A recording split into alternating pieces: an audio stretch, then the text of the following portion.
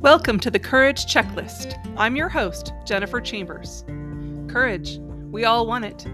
What are the things in our lives that we need courage to tackle? How do you find the guts to get the glory? How do you do the things you've always really wanted to do or be? You make the list. You check it off. It sounds simple, but actually doing the hard stuff, the soul-deep stuff, it's not always easy. Find inspiration, ideas, and companions here who also keep trying no matter what. Let's talk about what's on our lists, from giant dream to tiny wish. We share stories of triumph, struggle, joy, and yes, failure, but we keep going together. What's on your list?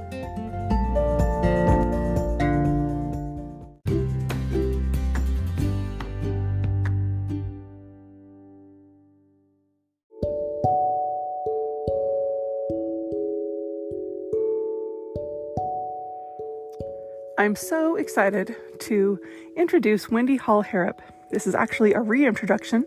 If you heard this episode the first time around, a few years ago, I interviewed Wendy about her home and business at the Phineas Wright House. She is just incredibly inspiring, super hardworking, very, very smart and funny and inspirational and creative. And she has her own podcast, so I am super excited to talk to her again, which I will be soon, hopefully. But for now, I'd like to introduce or reintroduce you to my friend Wendy, and I hope you enjoy.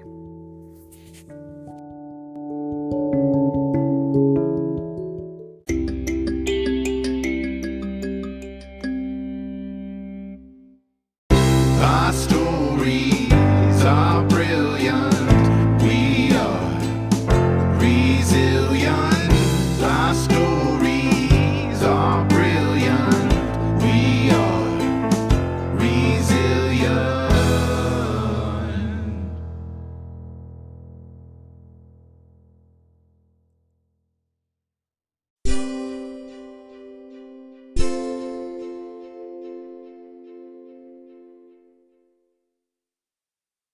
That must be definitely different, especially the weather, right? I've seen some of your Instagram photos, and my goodness, you have some snow. Yes, it's been not as much snow as we've had in past winters, but thankfully it did just snow this week, so it's very pretty.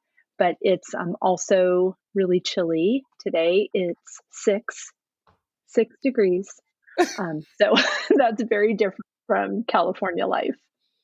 Oh my goodness. So what kinds of things do you do at the house there? Do you as far as I understand, you have programs and you open your barn and your home for parties and things of that nature as well? Yes. So while I was in California and up until just about this year, I've been a wedding planner. So, kind of the reason for relocating was to have a property that we could use for weddings and events. So, the barn is really old. It's super cool, but it's old. The house was built in 1785, and so the barn is, we don't have an exact date on when it was built, but it's pre-Civil War, and it's so beautiful. And although it has had a history of housing cattle and horses and chickens and goats and sheep, I only have dinner parties in there. And I also host workshops that are creative based. So we've done some floral design workshops, we've done hand lettering, we've done different partnerships with other business owners that locally. So we had the owner of the wine shop come with the owner of the cheese shop, and we did a fun wine and cheese pairing. So just all sorts of things. I just love curating really fabulous events that people can attend. And we keep those to really small groups so that they're just feel really intimate and interactive with whoever's leading the workshop. Oh, that sounds like such a ball. Oh, it sounds like so much fun, and a really a neat way for you to utilize every part of your property. Yes. And then, of course, I got really excited about that. That was all dreamy pre-pandemic plans. That's what we used to do, Uh-huh. and that's what we hope to do again in the future as soon as it's safe and prudent to do so. But a way that we've been utilizing the property and being a support to the community in the past year has been offering some kids' nature programs. So that's been really, really fun. My daughter is 7 now. She just turned 7. And it's such a fun place to be a kid. So it's been a great opportunity to invite other small groups of kids. Here for the summer, we had a couple of summer camps that were week long. And then I've been doing an after school program called Field and Farm that teaches kids the seasonal duties of a working farm. So that's been really a great addition to our well, not addition to our calendar. It's been a great thing to have something on the calendar since we're not able to do things that we're used to doing. Right. But that's been really wonderful. And it's been a joy to partner with our neighbor. So the farm that abuts our property is Hythe Farm, and Nan Norsine is the farmer owner, and Mhm. she has about 60 head of Shetland sheep. So the first day that school was canceled last March was the day that the first baby lamb was born of the season. So Oh. she enrolled. Yes, it was so darling. So she enrolled my daughter and I in farm school, and we just went there every single day to help bring 22 baby lambs into the world and name them, and it was so fun and such a delight. And so that's what prompted and inspired the after school program. So we teach the kids the different things that are happening on our property as well as on her sheep farm. Wow, that sounds so magical for all the kids. Oh, that sounds like such a blast. Yeah, I went to a really small Bible college in Oregon, and one of the taglines of the school, I don't think it was on their actual print collateral, but they would say "ring by spring or your money back." A lot of people got engaged while they were at school, Ah. and although that was not yeah, was not my trajectory. I was asked one summer to be in 10 different weddings, which is just too many. So, and we had a little closet, and it was the early 90s. So all of the bridesmaid dresses had really puffy sleeves. So there was no way that I could have 10 of these dresses added to my repertoire. So for some of the girls that I wasn't as close to, I offered to help out with the planning and more behind the scenes Mhm. elements of the wedding, and Right. I loved it. So as a child, I'm totally dating myself, but I loved Love Boat, and Mhm. I wanted to be Julie McCoy. She was Mm. the activities director on the Love Right. Boat, and she had Right. her clipboard, and she knew the timeline of what was happening when, and everyone went to her to find out what was next, and I loved that.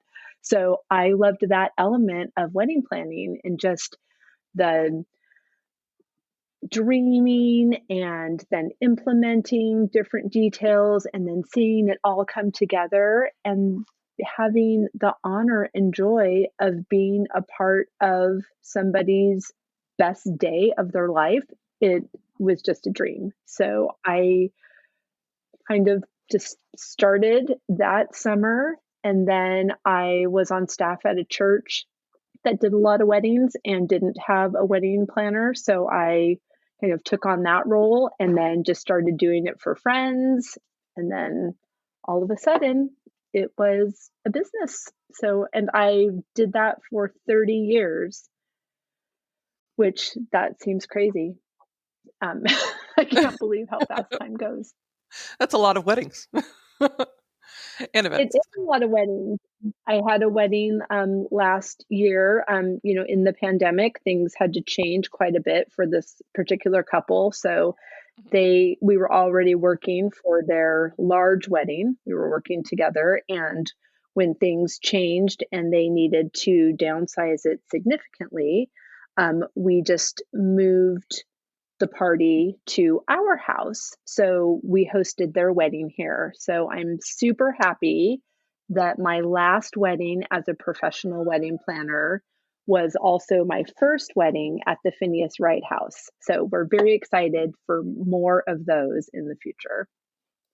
Oh, that's amazing. Now, when you moved there, did you have to how did you have to learn all about the history of the Phineas Wright House, or was it a place you had already been aware of? That's a great question. My mom is from Lowell, Massachusetts, which is just probably 30 minutes from here.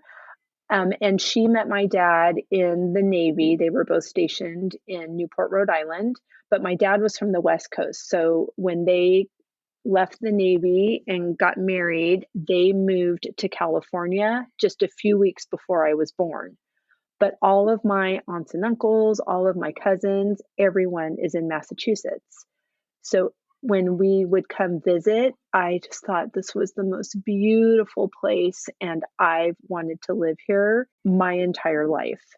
So even growing up in California and going to school in Oregon and then moving back to California after school, but always had my sights set on the East Coast. And in fact, I've packed 3 times for a cross country move and twice unpacked still in California. But the Oh. third time was a charm. And so I was really glad. And we were just looking for properties that were far enough away from kind of the hustle and bustle of the city life. Having been in California and just kind of in the thick of it, we were in the San Francisco Bay Area for 15 years before moving here. So we were just looking for something that was beautiful and had a little more property. And I wanted a barn so badly so that I could host barn weddings. And so this was actually the first property that we saw that was not a bed and breakfast and had a great barn, and it was beautiful, and it was really inexpensive compared to the San Francisco Bay Area. So we said, hooray, let's take it. And we had no experience with a house that was older than 1986. So it's been quite a learning curve, but it's an adventure, and we're super happy to be here and really excited to share it with people. Oh, I love that idea, and how resilient of you to take something that that worked for you somewhere, and you're moving it literally across the country, but you have to adapt. And I'm assuming it sounds like you weren't really a farm girl growing up, so you probably had to learn those skills too, right? Oh, yes. I have a closet full of shoes that I will most likely never wear again because we live on a farm now. So it's been, like I said, quite a learning curve. We've learned that neglect is the enemy. So Hmm. with an old house, you are just constantly on the lookout for anything that doesn't seem right. Hmm. And we had a small garden when we lived in California, but now we have fields of vegetables and fruits. And then we're also growing cut flowers that we sell to local florists and then use also for our floral design workshops. And yeah, we're learning so much every day, all day long. But, just also knowing that that was a dream that was in my heart since I was a child. So to be able to finally realize it as, someone as I don't know how old I am, 53 or something, to finally realize it is just it's a beautiful gift. Oh, that's incredible. So it sounds like you have very little time in your life. Would you say that you are a routine driven person or not? How do you manage it all? Oh, yes. So funny. I think just my personality and then all my years as a wedding planner, I operate using a timeline every day. But Mhm. I'm learning that this property tells me what is happening today more than I tell it what's happening today. So I try to have a few things on the list, but you just never know when there's a fox in the hen house or there's a windstorm and a tree falls down, and or there are all sorts of critters and things that thwart your great ideas.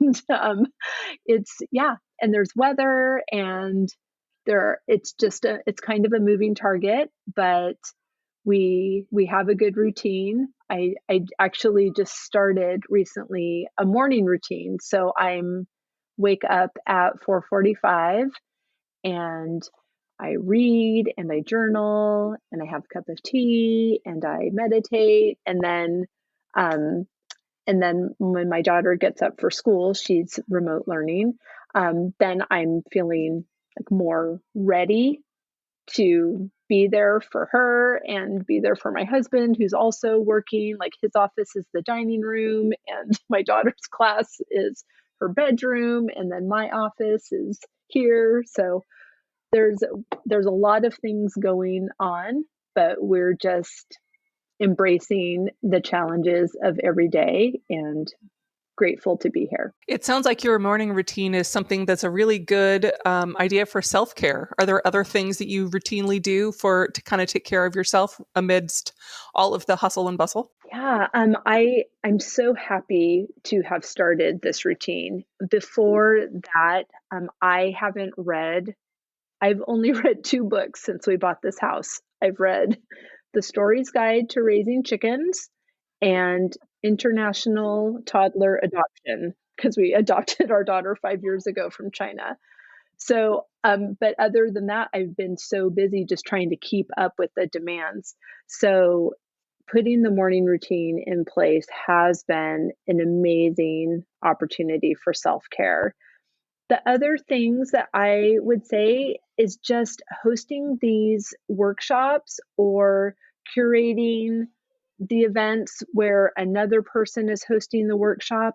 I just love celebrating people. So having them come here, I want them to feel welcomed. I want them to feel anticipated. I want them to feel celebrated. And when I know somebody is on their way here, I'm just filled with joy, and that feels like, if entertaining is an allowable self-care act, I like that one the best. Oh, I absolutely, it's allowable. It's whatever works for you. And I think that sounds so nourishing, doing what really truly calls to your soul. Now, do you have a favorite workshop, something that you could point out that is one thing that is your favorite thing that you do on the farm now? Yes, thank you for asking. I love our floral design workshops that start in our dahlia field. So we welcome guests and give them a celebratory welcome beverage. And then we head out to the dahlia field, clippers in hand, and everyone just gets to clip the flowers that speak to them the most. We have about sometimes they don't survive winter storage. So I'll say how many I stored, not how many will survive. About 225 different dahlias. Ooh. And it's just a beautiful show. Come September. It's so pretty. So to answer your question, we cut the dahlias and then have some other just forage around the property for other flowers, native flowers and plants that are growing, as well as other cut flowers in the field. We collect all of those, go back into the barn, create a beautiful centerpiece or arrangement, whatever anybody wants. And I love that too, because everyone has similar ingredients, but what they create on their own is so unique and beautiful. So once everyone's made their arrangement, then we line those up down the center of the table and have dinner together. So we grow so much food here that we can't eat it. We're a small family. So I make dinner for everybody and we enjoy the beautiful arrangements down the center table and a fabulous farm to table, hyper local farm to table meal that was all created with ingredients within walking distance to the barn, and just celebrate each other. And it's leisurely and it feels like an escape, even though our address is right on Main Street. What a delightful visual. I can picture it. It sounds like it sounds like from Sunset Magazine. Just I can see the flower arrangements down the middle. Oh my goodness. Now I'm glad that you brought up food, because one of the things that I've been watching, listeners, it's pretty amazing. You definitely should follow the Phineas Wright. It's an incredible just visual display. Wendy has done so many different beautiful Instagram posts, and she's been featuring all different kinds of workshops online all winter. Things from how to cook a holiday meal, as I recall, to she does a different drink every Friday night. That's true. Oh, and some of the things that she's come up with are just absolutely scrumptious. Thank you. It's so fun. I was inspired this past summer just with, trying to be creative. We planted all of this food and then no one could come because of the pandemic. So I created a CSA and started delivering my produce around town. And then I thought, oh, if people have something to eat, they should have something to drink too. So we have garden inspired craft cocktail kits. So those are the cocktails that I've been demonstrating on Friday evenings on the Facebook page and on Instagram, so that you spoke about. So yeah, so those recipes are inspired by what's growing in the garden, or right now the garden's covered with snow, but we've got some things that have been stored up. So we're using those. What's one of your favorite things to make food-wise with ingredients from your farm and in your environments? Oh, that's a great question too. I would say just going back to neighboring Hythe Farm. I know it's for some people, it's really easy to imagine playing with baby lambs, and then it can be a little abrupt to say that your favorite thing to cook is lamb from next door, but that is it's on purpose, and that is how Nan makes her money. And so we love to support local farms, and knowing how they were treated is really important to us. And the fact that I can see them from my desk out the window it's beautiful. I'm witnessing their excellent treatment, and it shows when we are able to serve those meals. So I would say leg of lamb, and then we grow so many different things. So I love just kind of being inspired by taking a walk through the gardens and see what's ready. But we have several varieties of heirloom tomatoes. So I like to grill the leg of lamb with rosemary, and then when it rests, I let it rest on a bed of heirloom tomato slices, and just the juices from the meat, seasoning the tomatoes, and tons of fresh basil and rosemary and all sorts of good things. That's making me long for, as I look at my snow-covered garden from where I'm sitting. Now I'm longing for tomatoes. Oh, me too. I saw them advertise heirloom tomatoes the other day, and I was like, that's not real. I mean, it is, but it's not the same. You're right about that. Yes, my but God. like you said, we have a lot of things that we're offering. We're doing a lot of, everything online right now. So we've got different cooking classes. We have a cookie subscription box. So we send out a dozen beautiful, delicious, yummy cookies once a month. So some people have that subscription for a year. A lot of people gifted it over the holidays, so that's a lot of fun. But we're looking forward to when we can all be together again. I'm also planning some luxury trips that I'm curating those experiences. So we're taking the Phineas Wright House on the road a few times. So there's lots of good things ahead. Oh, I'm so excited. Now, how can listeners get in touch with you? Could you tell us your website and your Instagram, please? Sure, absolutely. It's phineaswrighthouse.com for the website. And on Instagram, it's Phineas Wright House. Perfect. Now, all this will be on the webpage for this podcast, as well as my own Instagram. If you would like to get in touch with Wendy, if you want to visit the Phineas Wright House when you can, or just enjoy her wonderful offerings. Thank you so much for talking to us today, Wendy. Thank you. It was a pleasure.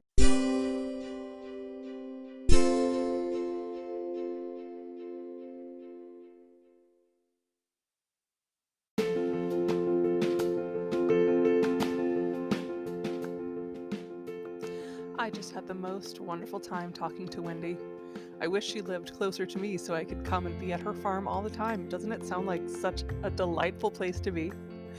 I wanted to talk about 3 things I learned from talking to Wendy. The first thing that I picked up on was the importance of going after what you love. The second thing I learned from Wendy was not to let the unknown stop you. That was so inspirational to me that she didn't know how to farm, but you know what? She taught herself and she figured it out. And the third thing was the importance of learning how to pivot, especially during the pandemic. What an amazing feat that she was able to find a way to make her farm work for her. I just felt so much love and inspiration coming from Wendy today, and I hope you did too. Remember, anytime you would like to contact me, you can always contact me through my website, youareresilient.net. Please subscribe and review on wherever you listen to podcasts. And also, if you have an idea for a future show, feel free to contact me about that. Thank you.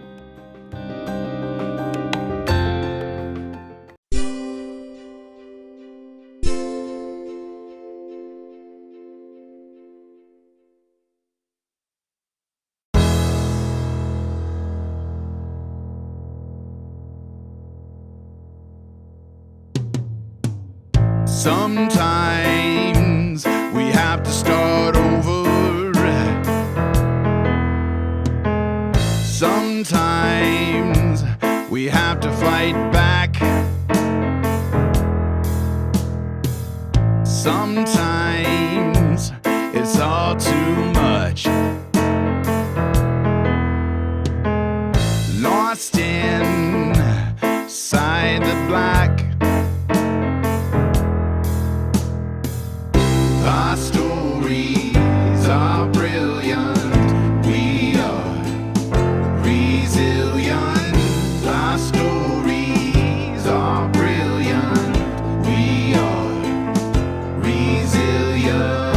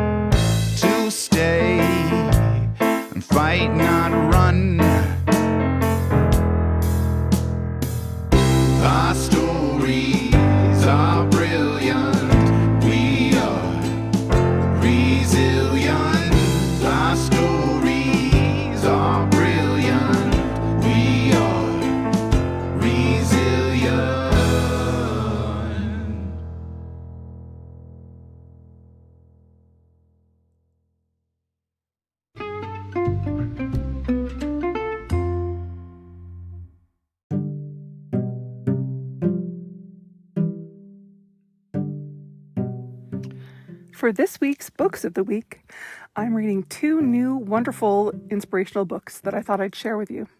The first is called Life Worth Living, A Guide to What Matters Most, by Miroslav Volf, Matthew Krosman, and Ryan McAnally Linz. And this book, it's really one of those, I read all the stuff on the cover and I just couldn't not pick it up. The quotes say that it's transcendent, it's a collection of wisdom, punctuated by questions of great consequence.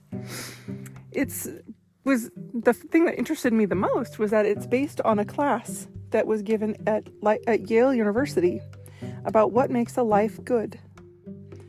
And it's just fascinating. All these people who wrote it are Yale University faculty. I am really enjoying it and I recommend it to you highly. Life Worth Living. The second book is called Micro Joys, Finding Hope, Especially When Life Is Not Okay, by Cindy Spiegel.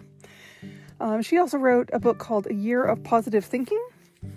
This one I picked up, it was actually close to it, and I thought a micro joy was an interesting concept. It's a practice of uncovering joy and finding hope at any moment, according to the book. I really liked it because it's one of those hard things, remembering to be grateful.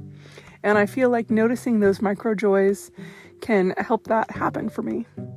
I think that's something that everybody struggles with, even if you have a wonderful life. Sometimes if there's something hard going on, or if you're just having a bad day, it's hard to remember the good things. And so finding these micro joys, as I'm noticing in this book, could be helpful for that. So if that's something you're interested in, please check it out. Micro Joys by Cindy Spiegel. Thanks so much. I hope you guys enjoyed this episode, and it was really fun for me to be able to revisit the episode with Wendy. And as I say, I'm really hoping to be able to talk to her again soon. Have a great week.